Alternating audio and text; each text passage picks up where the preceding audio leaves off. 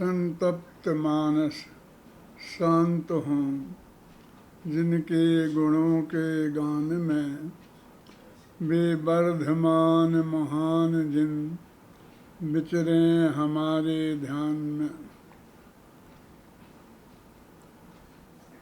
10 लक्षण महापर्व चल रहे हैं और कल सामान्य 10 लक्षण के बारे में और थोड़ा बहुत उत्तम क्षमा के बारे में चर्चा की थी। साथ में ये भी कहा था क्योंकि 2 विषय सामान्य का और उत्तम क्षमा का एक दिन में नहीं हो सकते हैं, इसलिए जो शेष बचा रहेगा उसकी चर्चा अपन आज करेंगे और उसके साथ में मार्दव धर्म की भी करेंगे। कोशिश करेंगे कि दोनों का काम निपट जाए और यदि नहीं होगा तो फिर अगले दिन कल एडजस्ट करेंगे। 3 दिन में एडजस्ट करने की बात आपसे कही थी। तो उत्तम क्षमा के संदर्भ में अधिकांश बातें सब हो गई थी, लेकिन मुख्य एक बात रह गई थी क्योंकि उसके बोलने में 10-15 मिनट से कम नहीं लगते हैं और इतना समय अपने पास नहीं था कि अपन उसको इतना एडजस्ट कर सकते। 10 लक्षण महापर्व की जो पूजन है, उस पूजन में 10 धर्मों के बारे में जो कुछ कहा गया है उसके बारे में थोड़ी बात करते हैं, क्योंकि सभी लोग निरंतर रोजाना पर्यूषण में तो कम से कम वो उसे पढ़ते ही पढ़ते हैं, तो उसका भाव उनके ख्याल में आवे अच्छी तरीके से, ये बहुत ही आवश्यक है। देखिए, अतः पीड़ें दुष्ट अनेक, बांध मार बहु विधि करें, धरिए क्षमा विवेक, कोप न कीजे प्रीतिमा। उत्तम क्षमा गहो रे भाई, है ना। उत्तम क्षमा को हम अपने जीवन में ग्रहण करें, इस बात की वो बात बता रहे हैं कि उत्तम क्षमा को हमें धारण करना चाहिए, लेकिन कैसे, उसमें बहुत गहराई से जाकर के चर्चा की है।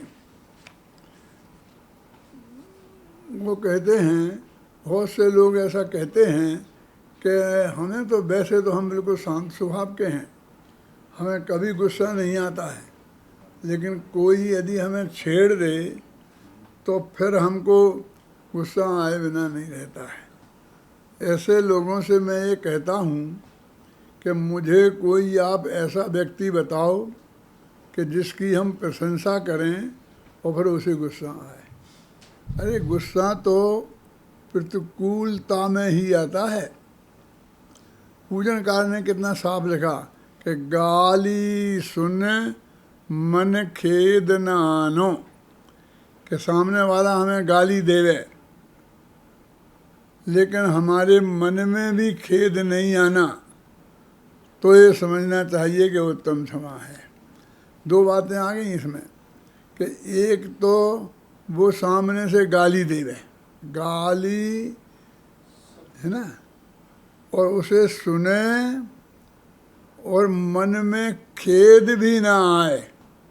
गाली सुनकर बदले में चांटा मारने को दौड़े। कहते हैं लोग, हम तो उन लोगों में से हैं जो ईंट का जवाब पत्थर से देना जानते हैं। वो कहते हैं उत्तम क्षमा धर्म उनका काम नहीं है। गाली सुने और मन में भी खेद ना आए, गाली सुनकर मारने दौड़े, ये तो काया की विकृति वाले लोग हैं। और गाली सुनकर गाली देवें, ये वचन की विकृति वाले लोग हैं। और गाली सुनकर ना तो चांटा मारें, ना बदले में गाली देवें, लेकिन मन में ही कुड़मिड़ा कर रह जाएं, तो वे मन की विकृति वाले लोग हैं।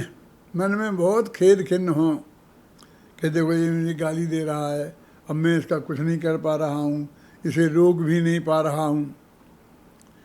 तो वो कहते कि तीनों बातों का निषेध हो गया इसमें। गाली सुने मन खेद न आवे, कि गाली सुनकर, गाली देने की बात तो बहुत दूर, उसको डंडा मारने की बात तो बहुत दूर, लेकिन मन में भी खेद नहीं लाए, तब समझ लेना चाहिए कि वास्तव में आपको उस पर क्रोध नहीं आया है। गाली सुन मन खेद न आने, और गुण को अवगुण कहे बखाने। वो कहता है कि ठीक है, गाली तो हम सुन लें किसी तरीके से, लेकिन जो दुर्गुण हम में है ही नहीं, और वो उसको कहता फिरे अकेले में नहीं, व्याख्यान में, भरी सभा में, कहे बखानो। बखानना तो आप जानते हैं, कोई किसी चीज़ को विस्तार से कहना, बार बार कहना है, कहते वो तो बखानने में लग गया। और अपन तो विद्वानों की बात यदि करो तो व्याख्यान में,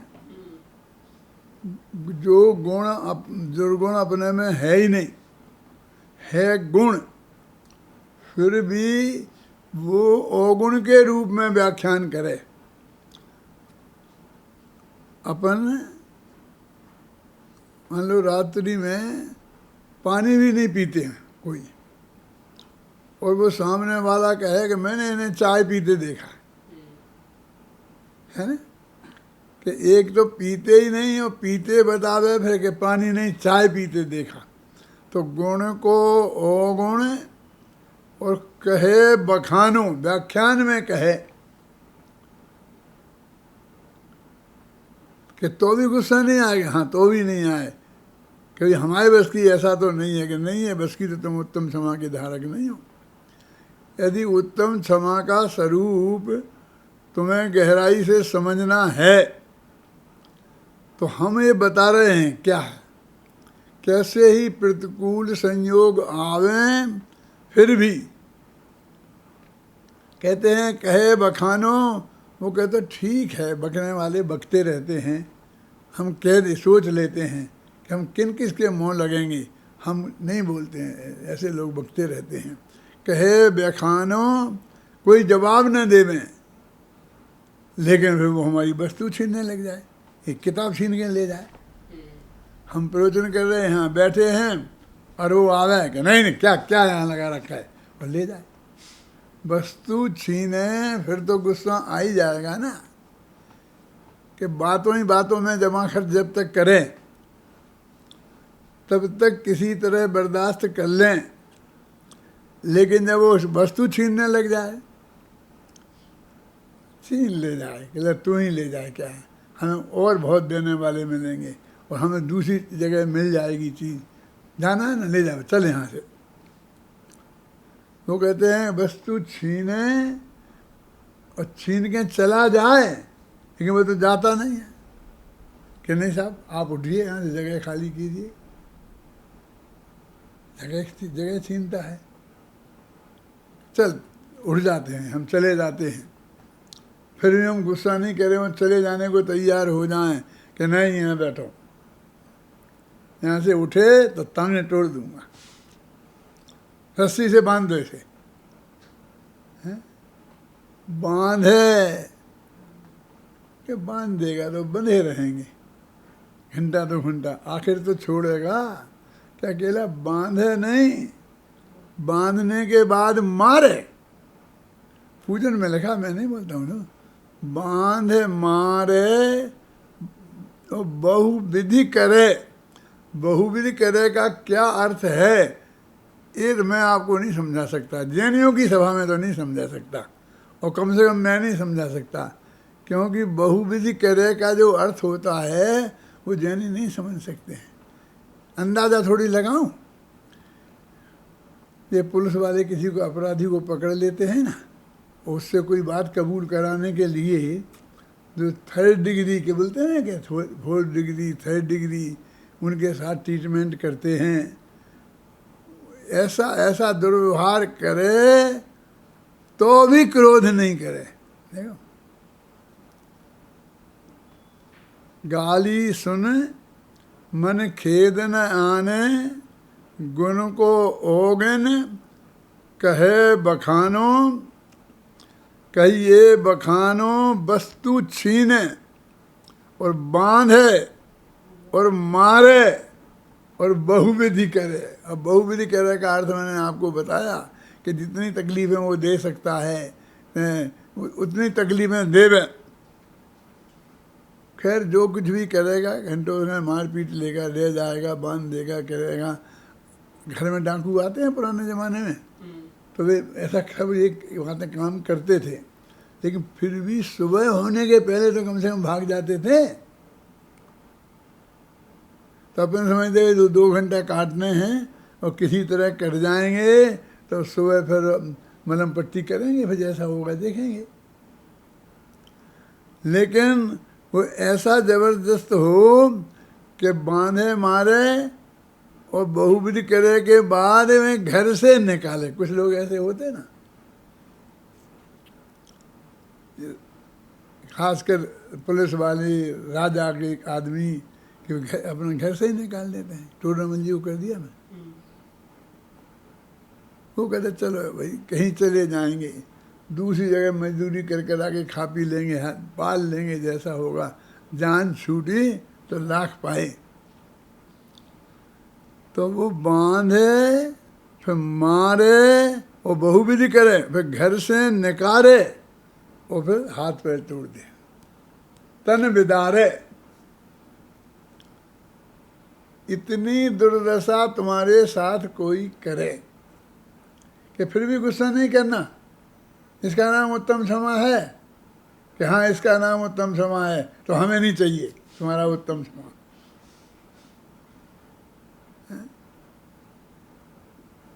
घर ते निकारे तन बिदारे,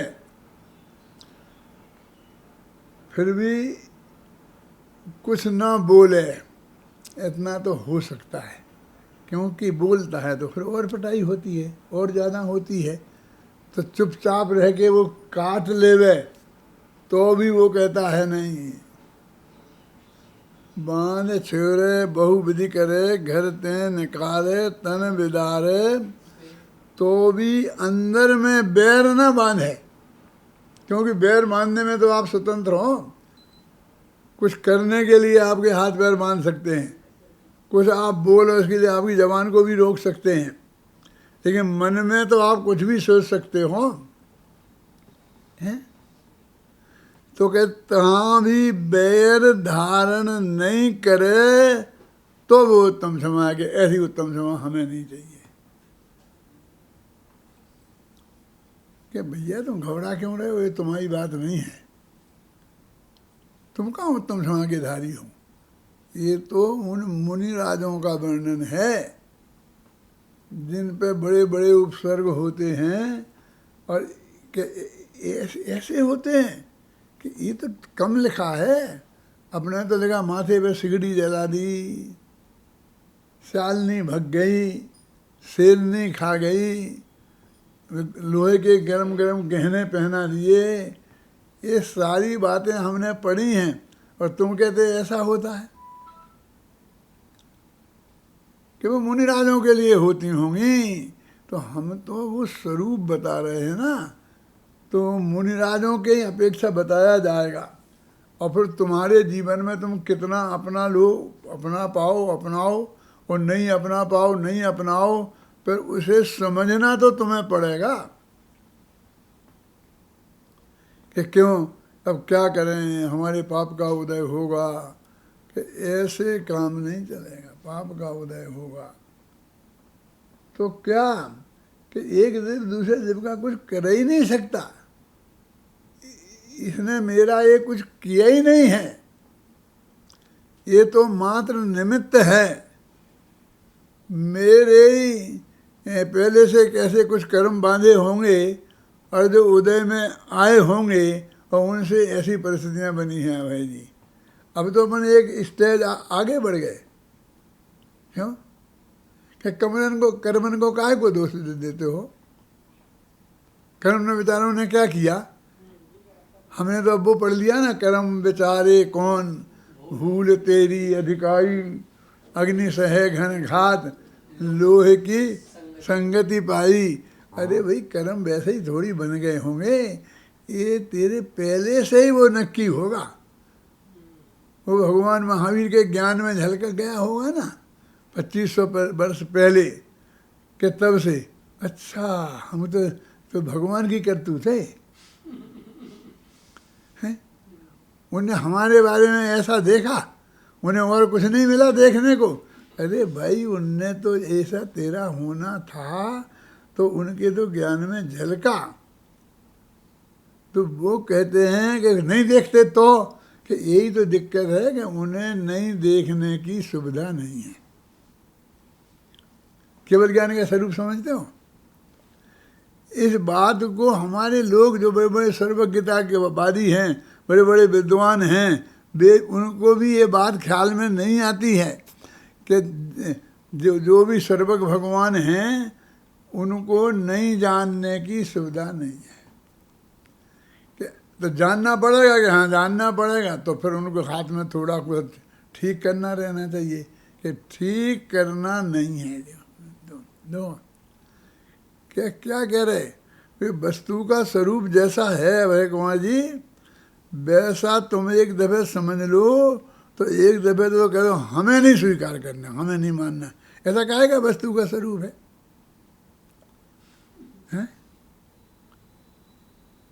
हमारे हाथ में कुछ रहा ही नहीं, हमारे हाथ में ही कुछ रहा नहीं। आज तक तू नहीं मानता था कि हमारे हाथ में कुछ नहीं है, सब मानता था कि सब तेरे हाथ में है। तो तूने कितने सुख भोग लिए। अब तो तेरा पूरा साम्राज्य था अभी तक, तो निगोद से लेकर और अभी तक जो ये बात हम कर रहे हैं और तुम सुन रहे हो, इसके बीच में तो सब पूरा आज़ाद था ना। तब तक तो किसी ने तेरे को नहीं बांधा था, किसी ने तेरे से ये नहीं कहा था कि तू ये मान। तो तब तूने क्या क्या कर लिया था, तब तू कितने दुखों से बच गया है। जिस सांस में उठा के देखो तो हमारे दुखी दुखों का वर्णन, दुखी दुखों का वर्णन, दुखी दुखों का वर्णन। पूज्य गुरुदेव श्री को ये बताना पड़ा कि भैया ये आत्मा अनंत आनंद का रसकंद है, ज्ञान का घन पिंड है, अनंत सुख का सागर है। ये भी तो बताओ, तुम ये दुख ही दुख की बात क्यों बता रहे हो? कि जी इसमें ही मस्त है इसलिए बता रहे। अब वो बहुत घबरा गया, उसका हार्ट फेल हुआ जाता है, तो अब तो बताओ कुछ। भाई हम किसी डराने धमकाने के लिए नहीं बता रहे थे, ये वस्तु की स्थिति वास्तव में ऐसी है। हमारी दिक्कत ये है, मेरे सारे विद्वान भाइयों से मैं ये कहना चाहता हूँ, ये तो हमारे विद्यार्थी तो शायद समझते ही हैं, मैं तो बाकी के जो हमारे बराबरी के विद्वान हैं, और बराबरी माने उम्र के, वैसे तो हमारे विद्यार्थी भी हमसे बड़े बड़े विद्वान हैं, क्या मैंने उम्र से भी, तो उनसे भी मैं कहना चाहता हूँ कि ये बात तुम्हें आज तक समझ में नहीं आई कि आदि से लेके अनंत काल तक की एक एक समय की एक एक पर्याय नक्की है। अभी हम थोड़ा बहुत संतोष कर लेते थे कि भैया कर्म में बांधे, हम ही ने बांधे और कोई भोगने पड़ रहे हैं। अब हम नहीं बांधे और हम तो हमारे भविष्य में नहीं भोगने पड़ेंगे। फिर वो कहता है नहीं नहीं साहब, अकेले इतनी सुविधा मिले कि भविष्य में नहीं भोगना पड़े, उस भाव हमें बात नहीं पोसाती है। तो क्या करना है कि अभी जो ये हो गया है ना, इसमें ही कुछ फेर फार करने की सुविधा मिलनी चाहिए। कुछ ना कुछ कमीशन तो मिलना चाहिए ना, कुछ ना कुछ तो मिलना चाहिए कि साहब उसमें तो नहीं मिलता तो हमें स्वीकार नहीं। तो तुझे क्या स्वीकार है? यदि हम तेरी स्वीकृति पूर्वक वस्तु के स्वरूप का प्रतिपादन करने लग जाएं तो एक भी सत्य बात स्वीकार नहीं कह नहीं पाएंगे।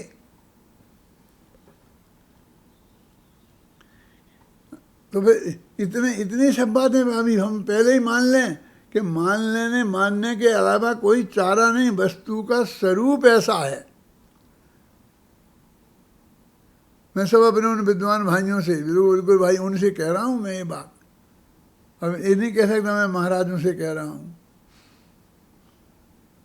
क्या नहीं लोग कहेंगे आप उन्हें समझाने लग गए, अब उन्हें समझाने लग गए। बस हम थोड़ी समझा रहे, भगवान की वाणी में जो वस्तु का स्वरूप आया है उसकी तरफ सिर्फ आपका ध्यान दिला रहे हैं, एक दफे गंभीरता से देखा। क्या अभी पूजा रोज ही ना अपन पढ़ते, सब पढ़ते थे, है ना। क्या क्या पढ़ते थे? गाली सुन मन खेद न आनो, गुण को ओ गुण कहो बखानो, कहिए बखानो वस्तु छीने। वो कहते नहीं बखानो नहीं है पंडित जी, अयानो है। अयानो सही, क्या फर्क पड़ता है? हमारे पंडितों के लिए बखाना ही अच्छा पंडित, क्योंकि हम बहुत व्याख्यान में कहते हैं ना, कहते हैं इसलिए। अयानो माने कोई ज़्यादा फर्क नहीं है, अयानो माने दूसरे लोग हैं, कहिए अयानो। तो कहते ऐसे ऐसे संयोग लोक में बन सकते हैं कि ऐसे संयोग, और वो भी अनादि से, और हमारे भगवान के ज्ञान में झलक गए। हमने कभी उन्हें नक्की नहीं किया, हमने कोई पाप नहीं किया। जरा ये सोचना, अभय जी आपसे कह रहा हूँ मैं खास, ये सोचना कि कभी ऐसा भी कर बने कि हम ऐसा क्यों हो गया, ऐसा क्यों करना होना चाहिए। और है ना ऐसा कि हमने, टोडामल जी कहते अनादि से है, तो कहते हम पहले कहें कि हमने कर्म बांधे थे और फिर हुआ, तो फिर वो आदि मानने पड़ती है। तो अनादि से है और कौन अकारण है, सकारण मानना पड़ जाएगा, तो हम कहे उस कारण से हम बच जाएंगे। अभी तक तो हम ये था कि वो शुरू वाला ही कारण नहीं छोड़ सकते हैं, बाद में तो हम धीरे धीरे कारणों को खत्म कर सकते हैं और हम इससे बच सकते हैं। लेकिन वो तो कहते नहीं है, अनादिकाल से अनंत काल तक के नक्की है। और हमारे बिना हो जाए, अपन कहते हमारी मंजूरी के बिना हो जाएगा, अपन कहते फलाने फार्म पे तुम्हें साइन करना पड़ेगा और तब ये बात होगी। तो कहते हम साइन नहीं करेंगे तो नहीं हो पाएगा। कि नहीं यही तो बात नहीं है कि तुम साइन नहीं करोगे, ये बात नहीं है। नहीं करेंगे तो क्या कर लोगे? डंडा मार मार के कराओगे। यही तो दिक्कत है कि डंडा मार के भी नहीं कराना पड़ेंगे, तुम आ करके अपने आप करोगे। ख्याल में आई ना? सोचना, जो मैं आपसे बातें कह रहा हूँ आपको शायद अटपटी लग रही हूँ, लेकिन ये वस्तु स्थिति है कि नहीं, जो तत्व ज्ञान पूज्य गुरुदेव श्री ने अपन को सिखाया है और जो हमारे रोम रोम में बस गया है ना। हम ये कल्पना ही नहीं कर सकते हैं कि हम उसको इनकार कर दें। अरे उसी का अर्थ कर रहे हैं, वही चीज कि वो कहते कि ये तो हमने मुनियों के धर्म का स्वरूप बताया है कि उनकी ऐसी स्थिति होती है। तो वो कहते अच्छा उनकी है, हमारी तो नहीं। इस तरह से भागने को होता है। तुझे मुनि नहीं बनना है, तुझे मोक्ष नहीं जाना है, तुझे उस रास्ते से नहीं गुजरना है। ये तो हर एक जीव का एक एक समय की, एक एक गुण की, एक एक पर्याय। 33 सागर तो सर्वा सिद्धि में क्या करते रहते होंगे वीर सागर?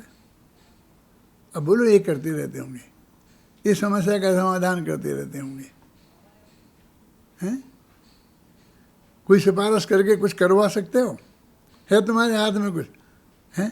देखो, यदि करा सकते होते तो तुम अपने विद्यार्थियों को नहीं कराते, हमारा तो कराते हैं।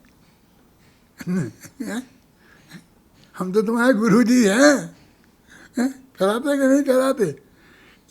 लेकिन भाई साहब के वस्तु की स्थिति ये है, वो ये बता रहे हैं, गाली देख सुन मन खेद न आनो, गुण को अवगुण कहो अयानो। मन में भी खेद खिन्न नहीं हो, कहते मारे और रोने नहीं दे। ऐसे कुछ लोग होते हैं ना, कहते पीछा कहते एक बात करूँ मैं तुमसे, बुरा ना मानो तो, कि आपको जो कहना हो तो कह लो ना, कि नहीं नहीं बुरा नहीं मानो तो कहूँ कि आप बुरा बुरा कहना चाहते हो ना, आप जान रहे हो कि मैं ऐसी बात कहने वाला हूँ कि ये बुरा मानेगा। तो यदि सचमुच ऐसी बात कहने वाले हो तो ऐसा करो कि तुम कहो ही मत, नहीं ऐसी बात एक बहुत जरूरी थी। तो काय को पहले तय काय को करता है, जो कहना है कह देना है। नहीं वो पक्का भी कि हम बुरा नहीं मानेंगे। मैंने कहा देख भाई, यदि तू बुरी बात कहेगा तो हम गारंटी से बुरा माना। बोलो अब कहना कि नहीं कहना अब कहना कि नहीं कहना। माने वस्तु का स्वरूप ऐसा है कि आपका बहुत ही अच्छा होना हो तो भी नहीं बदला जा सकता है, और बुरा से बुरा होना हो तो भी नहीं बदला जा सकता है। तो दो ही बात कह रहे ना हम, दोनों तरफ। यदि हमारे बुरे से अच्छे की होते क्या दिक्कत है कि जिसको लंबे काल संसार में रहना है तो उसको ज़्यादा बुरा होना है ना, तो उसको जब वो बताया जाता है तो वो स्वीकार नहीं करता।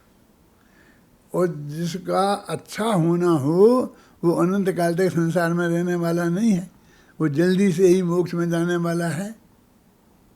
कभी कभी मैं सोचता हूँ कि राजा शरण्यक जब भगवान महावीर के दरबार में बैठे होंगे हैं, श्राप को उत्तम बन के हैं, चारों तरफ देखते होंगे कि देखो मैं श्राप को उत्तम है, सबसे महान, सब देख करके हैं। तब भरी सभा में महावीर की दिव्य ध्वनि में ये आया होगा, नहीं तो दीवारों में तो आता ही था कि ये मर के पहले नरक में जाने वाले हैं। और उन्हें भी दिखाई देता होगा कि नहीं देखा होगा, तब उन्हें कैसा लगता। बोलो गंभीरता से विचार करो, मोटा नहीं कैसा लगता होगा कि ये नरक में जाएगा और कोई उपाय नहीं है, और मेरे लिए बहुत प्रिय है लेकिन मैं इसे बचा नहीं सकता किसी कीमत पर, हैं। बहुत बहुत दुखी हुए होंगे। और फिर अगले ही क्षण कहा होगा कि नहीं घबराओ नहीं, बस 84,000 वर्ष, और उसके बाद आगे तीर्थंकर अधिरीकृत सर्वलोकम, जिसने सारी दुनिया को नीचे कर दिया है, ऐसा तीर्थंकर पद तेरे को प्राप्त होने वाला है। तो फिर कैसा आनंद आ गया होगा। क्यों? एक क्षण नरक और एक क्षण में अब वो उसमें ना उसमें कोई फेरफार, कैसा भी तीर्थंकर में इसमें से कुछ कम करवा दो माल और उधर कुछ कम करवा दो तकलीफ, कि नहीं वहाँ वो जो होगा उसमें रंच मात्र भी फेरफार नहीं, और इसके बाद में भी रंच मात्र भी फेरफार नहीं। मैं इस निष्कर्ष पर पहुँचा हूँ कि कैसा लगा होगा राजा शरण्यक को, कि बिल्कुल सहज, मेरी जो है ना अभी सहजता, मुझे तो उसी की शरण दिखी। वो बात सुनी तो उसे एकदम सहज स्वीकार कर लिया, ये बात सुनी तो इसे सहज स्वीकार कर लिया। श्रद्धा के लेवल पर, चारित्र के लेवल में आँख में आंसू भी आ सकते हैं, चेहरों पर मुस्कुराहट भी आ सकती है, वो चारित्र के लेवल पर कुछ भी हो सकता है। लेकिन श्रद्धा के लेवल पर कि इसमें कोई परिवर्तन संभव नहीं है, और काम तो श्रद्धा से शुरू होना है। बोलो हम में है ऐसी ताकत? सम्यक दर्शन प्राप्त करने के लिए चाहिए, ऐसा नहीं केवल ज्ञान प्राप्त करने के लिए इतनी ताकत चाहिए। ऐसी मनोवृत्ति, ऐसी अंदर की पक्की श्रद्धा, तो सम्यक दर्शन पहले समय में जो होता है ना सम्यक दर्शन, अबे जी निकालना कोई शास्त्र में से कोशिश करके, कब निकालोगे? फिर तुम भी तो हो गए होगे 60-65 के, हैं? किनारे आ गए हो गए ना, नहीं तो आ जाओ, क्या फर्क पड़ता है। ये 10-35 वर्ष कोई कीमत नहीं रखते हैं, ऐसे एक क्षण में निकल जाते, ऐसे निकल जाने की बात चीज़ है। लेकिन ये जो मैं परम सत्य की तरफ आप सबका ध्यान आकर्षित कर रहा हूँ, आप सोचो कि क्या है इसमें, इसमें कुछ दम है कि बस मैं ही कुछ दिमाग में या कुछ खराब हो गया है, हैं? यदि आप लोगों को पता चल जाए कि सचमुच मेरा कुछ खराब हो गया है तो बता देना। मैं कोई बुरा बुरा मानने वाला नहीं हूँ क्या। और यदि नहीं लगे और मेरी बात आपको सही लगे तो आप अपना कल्याण कर लेना, और क्या कर सकता हूँ, हैं? ये वस्तु की स्थिति है। तो उनपे तो कह रहे हम तो उत्तम क्षमा का स्वरूप बता रहे, पूजा लिख रहे हैं जयनाथ राय जी जो भी जिन्होंने लिखी है, वे तो कह रहे हम तो उत्तम क्षमा का स्वरूप बता रहे, तुम ऐसा करना और तुम्हारे साथ ऐसा होवे, हम ये बात थोड़ी कर रहे हैं, लेकिन उसका वास्तविक स्वरूप क्या है वो हम बताना। एक बात तो ये रह गई थी मुझे खासकर, कल जो मैं नहीं कह पाया था, अंत में याद आई तो ऐसा लगा समय निकल गया। और कल वास्तव में 15 मिनट मेरे मुफ्त में चले गए। क्यों? कि मुझे पता था कि 10:15 बजे ख़त्म करना है।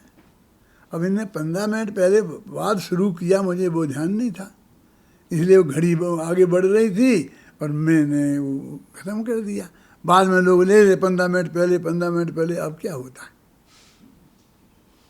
है? तो ये बात तो मुझे कहने दी। दूसरी ये बात कहनी है कि देखो, क्रोध और मान माने उत्तम क्षमा और उत्तम मार्दव, ये 2 धर्म हैं। वास्तव में शास्त्रों के हिसाब से दोनों ही द्वेष रूप हैं। क्रोध और मान दोनों ही कसाएं द्वेष रूप हैं। जितने जिनमें एक रूपता उनमें है, ऐसी एक रूपता उनके अभाव में होने वाले उत्तम क्षमा और मार्दव धर्म में भी है। लेकिन फंडामेंटल अंतर भी है।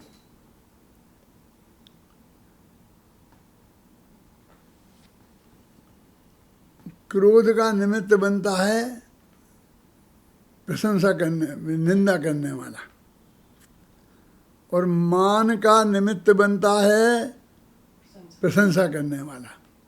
अब देखो, एक निंदक और एक प्रशंसक, एक से क्रोध पैदा होता है और एक से मान पैदा होता है। अब दोनों एक से मिल जाएंगे किसी को?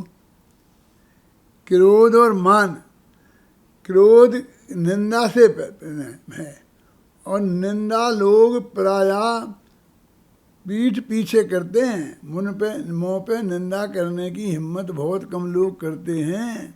तुम पर कृपा करते हैं इसलिए नहीं, उन्हें खुद डर लगता है कि क्रोधी तो है ही और मैं निंदा करूँगा तो कहीं लेने के देने ना पड़ जाए।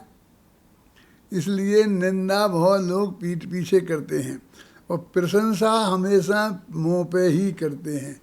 ऐसे बहुत कम भाग्यशाली लोग होंगे कि जिनकी लोग पीठ पीछे प्रशंसा करें, नहीं तो पीठ पीछे तो निंदा ही करते हैं।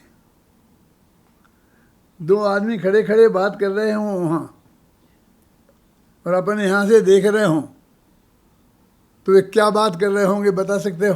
बोला अरुण जी, बता सकते हो क्या बात कर रहे होंगे? ये तीसरे की निंदा कर रहे होंगे मिलके।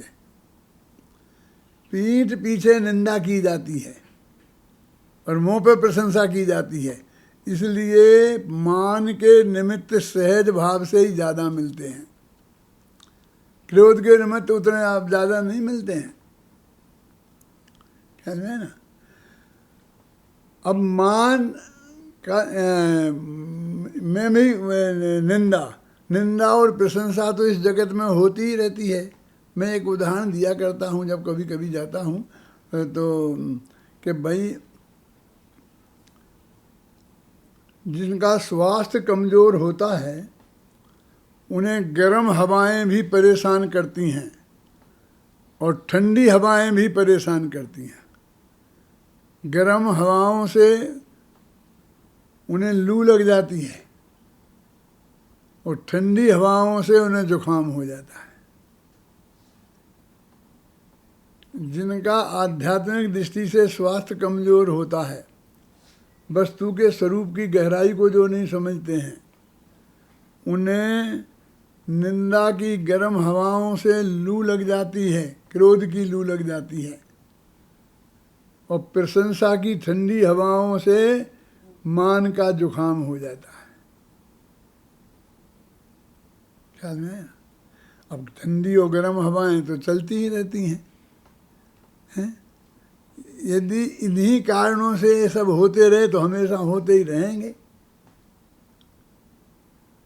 इसलिए ये जो दूसरों से प्रभावित होते हैं, जब वो तत्व ज्ञान होकर और ज्ञानी जीव हो जाता, समझ में आ जाती है उसके बाद कि इसकी निंदा का कोई मतलब नहीं है, वो तो मेरे आयास कीर्ति कर्म का उदय होए तो ये निंदा करे, और मेरे यशस कीर्ति कर्म का उदय होए तो यही प्रशंसा करता है। ऐसा नहीं है कि मैंने बहुत बढ़िया काम किया तो ही मेरी प्रशंसा होगी, ऐसा भी नहीं है कि मैंने बहुत बुरा काम किया इसलिए मेरी निंदा होगी, ऐसा भी है। ये आप क्या समझते हो? ये युद्ध के बारे में जो अपन राजा सैनिक की बात करते हैं, अभी आज देखो कि साहब उसने इतना ये करवा दिया, ये बना दिया, राफेल राफेल राफेल, राफेल ने सारे दिल को जीत लिया। क्यों? तुम वही उन्हीं को दोगे वोट, राफेल वालों को? भाई हम चाइना को ये कर देंगे, बिल्कुल नेस्त नाबूद कर देंगे, ज़मीन से बिता देंगे, वहाँ से मारवा देंगे, यहाँ पाकिस्तान को नहीं समझे, जिंदा नहीं बचेगा। हैं? ये इसमें तुम खुश हो रहे हो? ये खुश होने की चीज़ है? हैं? वो जीव नहीं है जो वहाँ पाकिस्तान में है।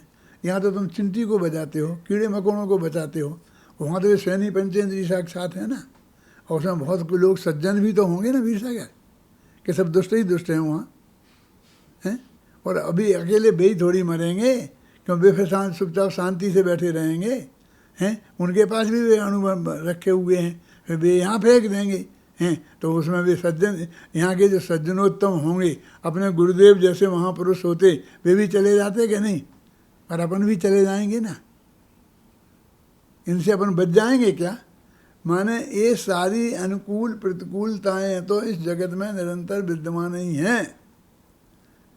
ख्याल में?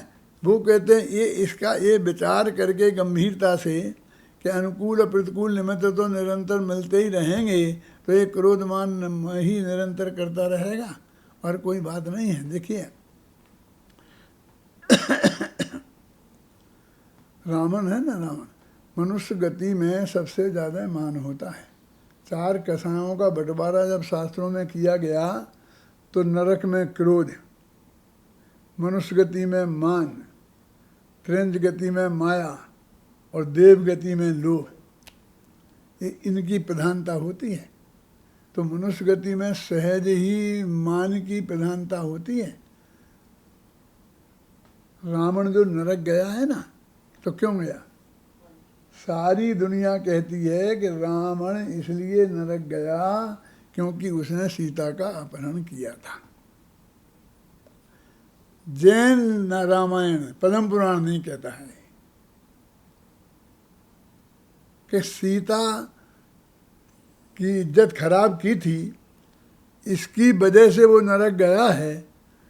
तो सीता की इज्जत तो सुरक्षित थी और अग्नि परीक्षा से ये बात सिद्ध हो गई थी, तो उस पर तो हाथ नहीं लगाया उसने। हैं? अब वो तुम्हारा अपराध तो सिद्ध ही नहीं हुआ है, तो नरक क्यों गया था? तो क्यों गया था?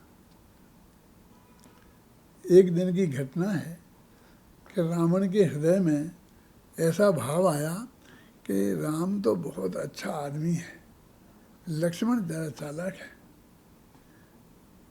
मैं सीता को जैसे अपनी बेटी को विदा करते हैं ना घर से, राम के साथ इस तरह से विदा करूँगा। क्या? सीता को विदा करूँगा। तो उसने ये बात किसी से नहीं कह करके मंदोदरी से कही। कौन से साथ में लिखी? किसी को नहीं पूछता है? जो मैं लिखूंगा ना उस शास्त्र में, अरे पद्म पुराण में लिखी, पद्म पुराण में ये जो घटना बता रहा हूँ मैं, सच्ची घटना, कि उन मंदोदरी ने कही कि मंदोदरी से रावण ने कि मैं ऐसे उसे विदा करूँगा। तो उसने कहा, इनका तो मन बदल गया, काम हो गया, अभी वो किस दिन की बात है? जिस दिन युद्ध में इंद्रजीत और कुंभकर्ण को लक्ष्मण ने नागपाश बाण में बांध करके अपनी कैद में डाल दिया था। पद्म पुराण में पढ़ना, उस दिन की घटना है। तो मंदोदरी बोली, हाँ अभी मैं अभी जाती हूँ और राम को सीता दे करके और अब इंद्रजीत को और कुंभकर्ण को छुड़ा के ले आते। क्या इतना कहा तो रावण एकदम गुस्से में आ गया, क्या भक्ति है? अरे मैं इंद्रजीत और कुंभकर्ण को तो अपनी इन भुजाओं से छुड़ाऊंगा, लड़के छुड़ाऊंगा, ऐसे भीख में नहीं मैं मांगूंगा। फिर बाद में बड़े ठाट बाट से विदा करके और सीता को विदा करूंगा। देखो, तो अब बोलिए, अब सवाल कहाँ था? सीता का कहाँ सवाल था? एक औरत का कहाँ सवाल था? यहाँ काम वासना का कहाँ सवाल था? यहाँ तो मान का सवाल था, मूछ का सवाल था। हार करके नहीं दूंगा, जीत के दूंगा। तो मान कसाय के कारण वो नरक गया है। ये बिल्कुल ध्यान रखना कि रावण पर आप परस्त्री सेवन का अपराध नहीं मर सकते हो। क्यों? कि सीता ने अग्नि परीक्षा दे के सिद्ध कर दिया। जो लगाता है तो उसी वक्त उसकी सीता जी पे दाग लगता है, लगा नहीं सकता है। तो इसलिए कहते हैं भाई कि मान कसाय, ऐसी मान कसाय और क्रोध कसाय, यद्यपि दोनों एक जाति की हैं, दोनों द्वेष रूप हैं, लेकिन फिर भी एक दूसरे के बरस में विरुद्ध हैं। यदि हमें गुस्सा आएगा किसी पर तो उसे मार देंगे, ज़्यादा गुस्सा आएगा तो जान से मार देंगे, ख्याल में है ना। लेकिन यदि हमें मान होगा तो मारेंगे नहीं, दबा के रखेंगे, थोड़ा नीचे दबा के रखेंगे, अपन ऊपर बैठेंगे और उसे नीचे बैठा देंगे। क्योंकि मान पोषण के लिए कुछ नीचे ऊपर की स्थिति चाहिए, हैं? अभी ये सभा की मीटिंग में अपन बैठते हैं ना, तो एक आदमी नीचे गद्दी लगी तो उस पर बैठे, फिर दूसरा ऊंची पे बैठे, थोड़ा ऐसे पे बैठते हैं, बैठते हैं। तो यदि वो खाली पंडाल पड़ा हो तो इतना ऊपर बैठा दो, तुम्हें कोई मन में संतोष नहीं है। ये तो उधर तुम बैठो और लोग नीचे बैठे। ये सच्ची घटना बताता हूँ कि मेरे बहुत घनिष्ठ मित्र थे और वो अपने को बहुत बड़ा आदमी समझते थे, कवि थे कवि। वैसे यादें पागल तो होते ही हैं, लेकिन वे पूरे ही पागल थे। तो मैं पाठशाला में पढ़ाता था, तो पाठशाला का मैंने कार्यक्रम किया, सच्ची घटना है, अशोकनगर में था। तो मैंने कहा भाई किसको मुख्य अतिथि बना के बुलाएं? तो सब सेठियों को बुला के बुला देते थे। तो मैंने कहा ये विद्वान आदमी है, कवि है, अच्छी कविताएं लिखता है, सज्जन है, तो उसको मैंने निमंत्रण दिया कि भाई साहब आज आप आना, हमारी पाठशाला के अध्यक्षता आप करना, और सब बोला कि हाँ आ जाऊँगा। फिर मैं सुनो इधर, देखो मैं आऊँगा तो जब मुझे बुलाओगे ना तो तुम मुझे कहीं भी बैठा लेना, कोई चिंता की बात नहीं है। कुर्सी पे बैठा लेना, ज़मीन पे बैठा लेना, नीचे बैठा लेना, लेकिन मेरे बगल में किसी को नहीं बैठाना। ये कैसी बात करते हो? तुमको अध्यक्ष बनाएंगे तो किसी को मुख्य अतिथि बनाएंगे, किसी को अतिथि बनाएंगे तो बगल में तो बैठा लेंगे ही, 2-4 लोगों को बैठा लेंगे। हमें तो अपनी पाठशाला दिखानी है, सच्ची घटना बता रहा हूँ। मैं तुमसे भी छोटा था बेटा, तब की घटना है जी। वो तो आकड़ गया। तो मैंने कहा भाई कोशिश करें कि नहीं बैठा लेंगे, किसी दूसरे को नहीं बैठा लेंगे, दूसरे को। तो मैं जो कुर्सियाँ लगाने वाला था मैंने सब हटा दी, और मैंने बस एक दरी बिछा दी उसके ऊपर, और उस पर ही बैठा था सबको, उसको भी क्या करे? क्यों कि उसको नीचे बैठने में तकलीफ नहीं थी, लेकिन वो कोई दूसरा आदमी उसकी बराबरी पर बैठे तो उसका बड़कपन कैसे सिद्ध होता था। तब मेरे को अंदर से अनुभव हुआ, तब मैंने ये धर्म के दर्शन किताब लिखी नहीं थी। लेकिन एक उदाहरण मेरे लिए मिल गया था, लिखने वाला था क्या कि आदमी किस तरह से वो मान के माध्यम से और वो अपनी बात को वो करना चाहता है। तो इस तरह से कि क्रोध का में निमित्त हमेशा शत्रु होते हैं और मान में हमेशा निमित्त मित्र होते हैं, क्या। और शत्रुओं से ज़्यादा मित्रों का समागम होता है। वे सदा हमेशा पास में रहते हैं, तो वे निरंतर तुम्हारे मान का पोषण करते रहते हैं। और इसकी औपचारिकता के नाम पर ऐसी बहुत प्रवृत्ति लोगों की है। कैसी? मुनीम को सेठ जी कहना, कंपाउंडर को डॉक्टर कहना, मुंशी को वकील साहब कहना, समझे ना। सब जानते हैं, जिससे कहा जा रहा है वो भी जानता है मैं क्या हूँ। क्यों? लेक्चरर को प्रोफेसर साहब कहना, क्यों ऐसा है? वो भी जानता है कि मैं प्रोफेसर नहीं हूँ, और ये भी जानता है कि ये भी जानता है कि मैं प्रोफेसर नहीं हूँ। इसी साल तो मेरी नियुक्ति हुई है, हैं?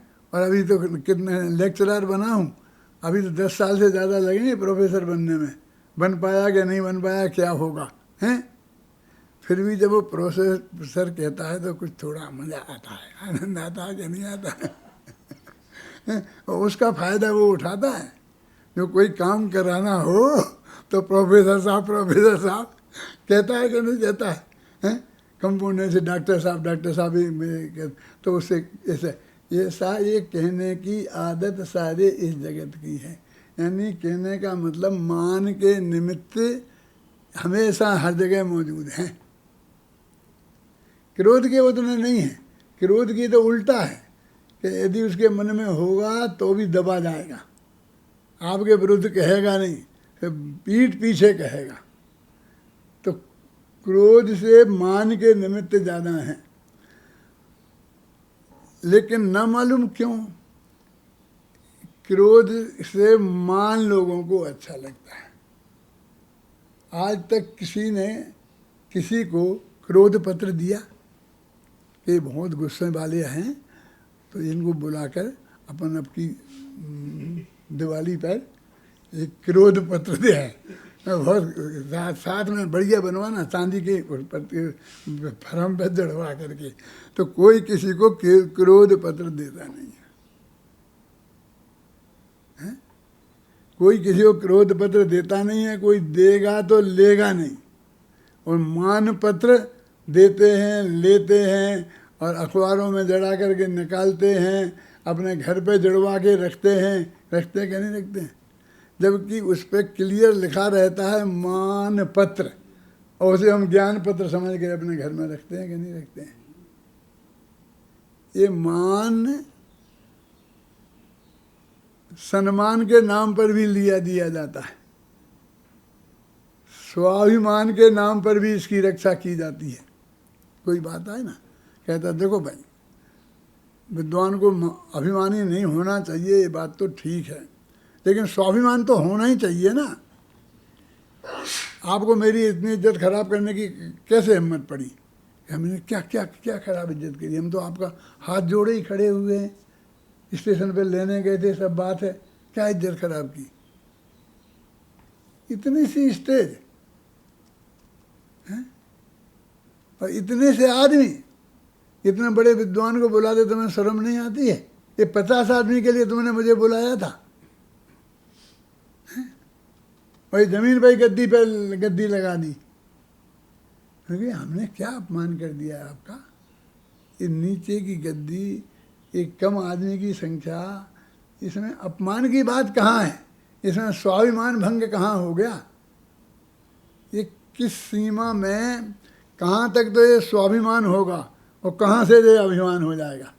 तो सब लोग कहते रहेंगे पंडित बहुत अभिमानी है, और वो कहता रहेगा स्वाभिमान तो होना ही चाहिए। इस तरह से ये डिसीजन हो ही नहीं पाएगा कि कहाँ तक हम इसे मान कहना हो, कहाँ से हमारा स्वाभिमान कहना। ये आदान प्रदान की चीज़ बन गई है। ये भी दिया लिया जाता है कि मुसलमान दिया, ये किया वो किया जाता है, लिया जाता है। इतने प्रकार का होता है ये सब। हमने उसको अपना एक गौरव की चीज़ समझ ली है कि वो तो रहना चाहिए, इतना तो होना चाहिए, इतना तो होना चाहिए। एक सच्ची घटना है। मेरे एक ताऊ जी थे, ताऊ जी समझते हो, पिताजी के बड़े भाई को ताऊ जी कहते हैं। तो वो चचेरे थे, माने मेरे पिताजी के चाचा के बड़े लड़के थे। बहुत नगर सेठ थे, बहुत दबंग थे। वो जहाँ से निकलते थे तो लोग रास्ता कर देते थे। तो उनके प्रताप की बात मैं आपको बताऊं कि वो नीचे एक खटिया डाल के सोते रहते थे, रात भर खांसते रहते थे, और सारा घर पर कम से कम 500 तो गाय भैंस बंधे रहते थे, और ये और वो। एक किसी दूसरे की गाय, उसकी गाय के सामने का घास एक कौर नहीं खा सकता था, इतना प्रताप था उसका। क्या समझ में आई ना आपकी में? और जब वो मर गया तो उसके 5 जवान बेटे एकदम मजबूत पहलवान टाइप घर में सोते रहे, और घर में चोरी हो गई। प्रताप कैसे रक्षा करता है ये मैंने अपने बचपन में देखा है। क्या कि वो एक आदमी यहाँ सो रहा तो कोई आदमी वहाँ पर नहीं मार सकता है, और 5 जवान बेटे सोते रहे तो घर में चोरी हो गई। उसी घर में एक मकान में सोते रहते यहाँ वहाँ, और यहाँ से चोरी हो गई। तो उनकी बात मैं बता रहा हूँ। तो उन्हें खांसी बहुत छूटती थी। तो हम लोग मुरैना विद्यालय में पढ़ते थे, तो वहाँ से हम जाते थे गर्मियों की छुट्टियों में। तो हम उनसे कहते थे, दद्दा कहते थे उनसे कि दद्दा आप इसकी दवाई करा लो, ये खांसी अच्छी नहीं होती है। रोग की जड़ खांसी और लड़ाई की जड़ खांसी, ऐसे बोलते, रोग की जड़ खांसी और लड़ाई की जड़ खांसी। तो बोले नहीं बेटा तुम समझते नहीं हो। क्या नहीं समझते हैं कि बड़े घर में इतनी खांसी चाहिए। उनके 5 बेटे थे, 5 बहुएँ थीं, और पोते नाती के लेन लग रही थी। अब आजकल 1-2 करते हैं तुम लोग पैदा, पहले तो 1 के 10 से कम तो कोई सीखे होते ही नहीं थे। क्या तो वो वहाँ पर मैं क्या कह रहा था, उन्हें खांसी का इलाज करा लो। तो घर में जाओ तो खांसते जाओ, तो बहू बेटी बैठी हो ना तो पर्दा कर लेती है। पुराने ज़माने में पर्दा कर लेते थे, बैठे रहते थे, लेटे नहीं रह सकती थी, ऐसे नहीं रह सकती थी, बहुत मर्यादा होती थी। तो बोले घर में खांसते खकारते जाओ तो सब सावधान हो जाते हैं। तो मैंने कहा ऐसा करना कि खांसने के लिए, बहुओं की मर्यादा के लिए नकली खांस लेना, लेकिन असली खांसी का इलाज करा लो, नहीं तो तपेदिक हो जाएगा। नहीं इतनी खांसी तो हमें चाहिए। तो मैं कहता हूँ कि जिस आदमी ने उस खांसी को उपादेय मान लिया, उसको गारंटी से तपेदिक होने वाला है। जिसने से क्रोध मान को थोड़ा उपादेय मान लिया, इतना तो चाहिए, थोड़ा गुस्सा तो चाहिए, नहीं तो घर में बच्चे सुनते ही नहीं है कोई किसी की, हैं। फिर अपन जाएं तो डरते हुए निकल जाएं, कोई को मालूम तो पड़े कोई निकला है। तो इस तरह जिन्होंने क्रोध मान कसायों को भी उपादेय मान लिया है। ये इज्जत के लिए मान चाहिए, और अनुशासन प्रशासन के लिए क्रोध चाहिए। उनको उपादेय मान लिया है तो वे कभी नहीं छोड़ सकते हैं। ये क्रोध और मान वास्तव में हमें तो स्वरूप समझना है।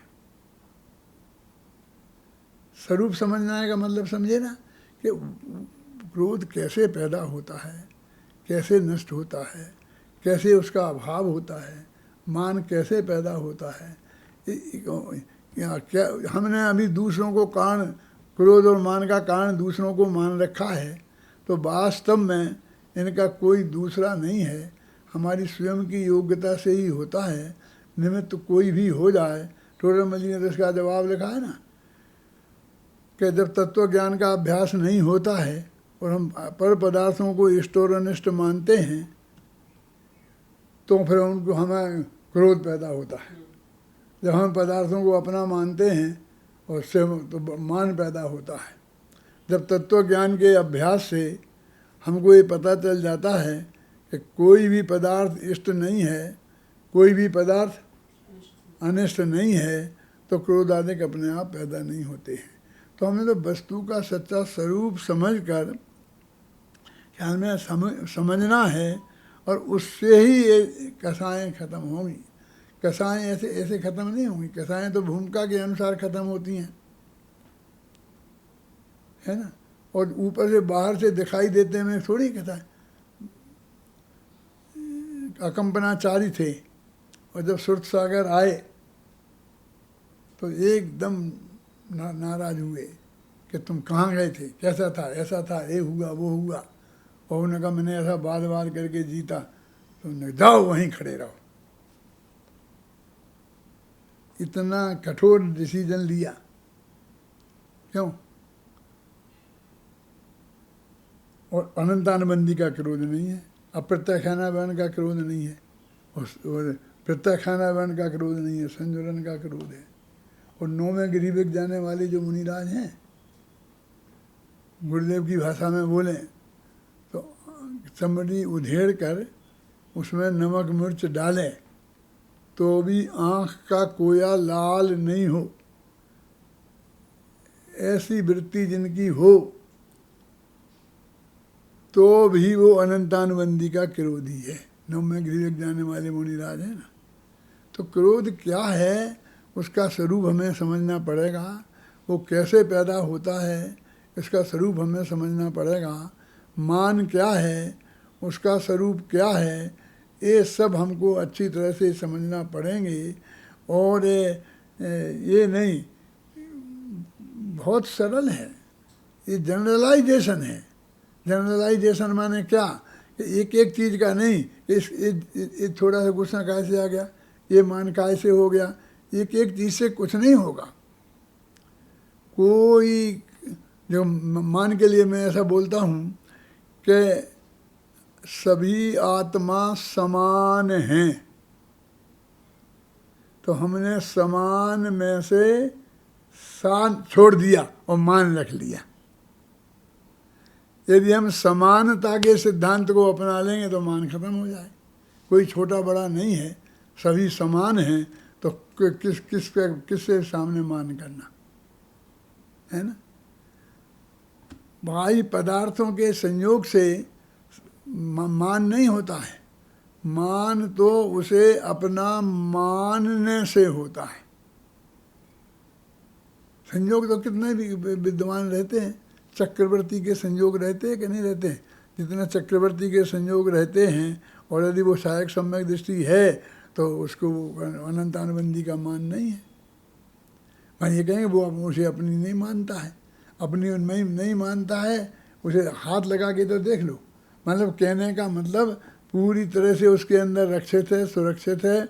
यदि कोई कुछ गड़बड़ करेगा तो वो उसको युद्ध करके उसे पकड़ लेगा, उससे वास्तु छीन लेगा, फिर भी वो अनंतानुबंधी का क्रोधी नहीं है, तो वो उत्तम क्षमा उसके पैदा हो गई है। अनंतानुबंधी कसाई के जाने से क्षमा पैदा होती है। अप्रत्याख्यानावरण कसाई के जाने से क्षमा और मार्दव बढ़ते हैं। प्रत्याख्यानावरण कसाई के जाने से वे बढ़कर और ऊपर पहुंचते हैं, और फिर संतुलन के जाने से पूर्णता प्रकट हो जाते हैं। तो ये तो 4 कसायों के जाने से, और जितनी हम बात करते हैं वो सब लेस्या की बात है। कसाय मंदता और तीव्रता की बात करता है। मंद कसाय को हम नहीं होना मान लेते हैं, और तीव्र कसाय को होना मान लेते हैं। तो वास्तव में इनको बहुत गहराई से हमें समझना पड़ेगा। उस तत्व ज्ञान के आधार से ही एक कसाय छूटती हैं, कम होती हैं, इसको हम समझकर उत्तम मार्दव, उत्तम क्या नाम क्षमा, इनको दूर करने के अलग अलग उपाय नहीं हैं। एक ही उपाय है, वो वस्तु के स्वरूप को समझना और उसका आश्रय ग्रहण करना। सभी लोग उस वस्तु के स्वरूप को समझें और उस आश्रय को ग्रहण करें। इसी मंगल भावना के साथ मैं अभी की बात समाप्त करता हूँ।